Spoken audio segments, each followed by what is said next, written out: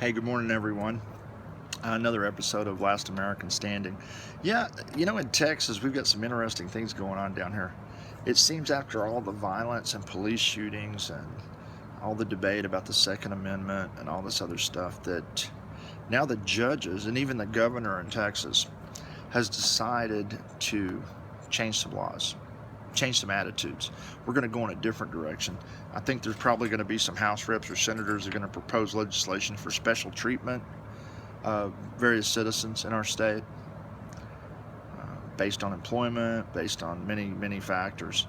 Um, the problem I have with it, and people aren't going to want to hear this, but the problem I have with it is they're repackaging and reselling Sharia law in this country. We do it on the national level, and now we're doing it on the state level. Sharia law is based off the premise that all people are not created equal, that all people don't have the same rights and privileges in society. That's the premise of Sharia law. That's the base component premise of Sharia law. Now, if we change our laws in America, or in Texas specifically in this case, to support certain classes of citizens and to give them special privileges and to treat other people more harshly under law than, say, someone that you didn't disagree with politically um, would be treated, then now what we're looking at is really no law at all. Truthfully, if law is not equal, if people aren't treated equally under the law, there is no law. It's merely survival of the fittest. It's merely depending on which mob of citizens you belong to, whether you're in a Democratic mob, a Republican mob, a Black Lives Matter mob, a KKK mob, a NAACP mob, a Black Caucus mob. It depends on which mob of citizens you belong to as to what rights and privileges you get now. That's the direction this country's headed. The terrorists truly are winning this war. And they're not winning the war because of the damage that they're incurring on us. They're winning the psychological war because we are changing and turning into the very thing that we're at war against. We're turning into a government which will award special privileges to one class of people and deny privileges to another class of people.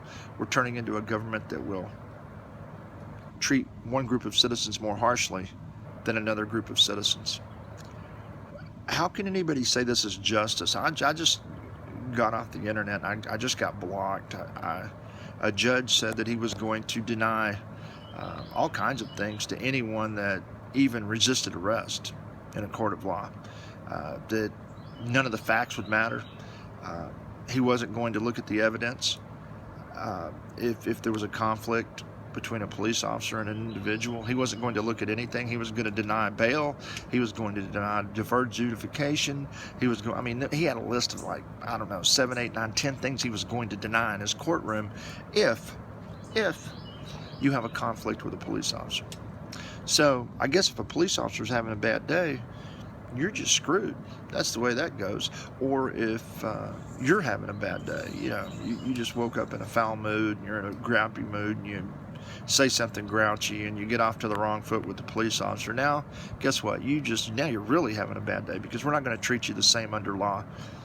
We're going to treat you differently. And I'm not anti-policeman by no means, but I am anti-inequality under the law. That's the way that works. Because if we don't have equality under the law, again, we don't have law. There is no rule of law. It's survival of the fittest. It's survival of the strongest mob of citizens. That's who wins. And that's what our government's promoting right now, not just on the federal level, but even on some of the state levels and city levels. And it's true. It should truly alarm American citizens that you're being pitted against each other, that you're being used as tools. It would appear that everyone's being used as pawns in a game to actually destroy the legal system in America because it's heading down that road. And I'll tell you this, the greater the separation of equality under the law, the greater our risk to actually having more violence in our society. Because people don't like being mistreated. It's like that. It's like that in life. You know, people get divorced. Why? Because they feel like their spouse is mistreating them in some manner, shape, or form. We lose friends. Why? Because we feel like, well, they're not good friends for some whatever reason, you know? And so when this happens in government, what's going to happen is people are going to feel the same way. They're going to feel the same way. We, as a human beings, tend to move away from things that are painful in life and move closer to things that are more enjoyable in life, don't we? That's human nature. Everybody's like that. Every single person that walks the face of this planet, I guess, there may be a few people out there that are just a little bit off, but you know what I'm saying. Pleasure and pain. We like pleasure, we don't like pain, and I don't know. I don't know where this is going to end, but I know it's not starting well, and I know that nobody's paying attention. And I'm just astounded that a judge would say this, and I made a comment, why would you relabel and repackage Sharia law and try to sell it to your constituents? And I was blocked for making that simple statement. But the truth is, I was telling the truth. And the truth is, he doesn't want to talk about, it's not even open for debate with some of these judges and our politicians. They don't even talk about it. It's not even open for discussion. You can't even talk to them about, why can't we have equality under the law? They don't want to hear it. They don't want to hear it. You're not allowed to speak. You're not allowed to have input.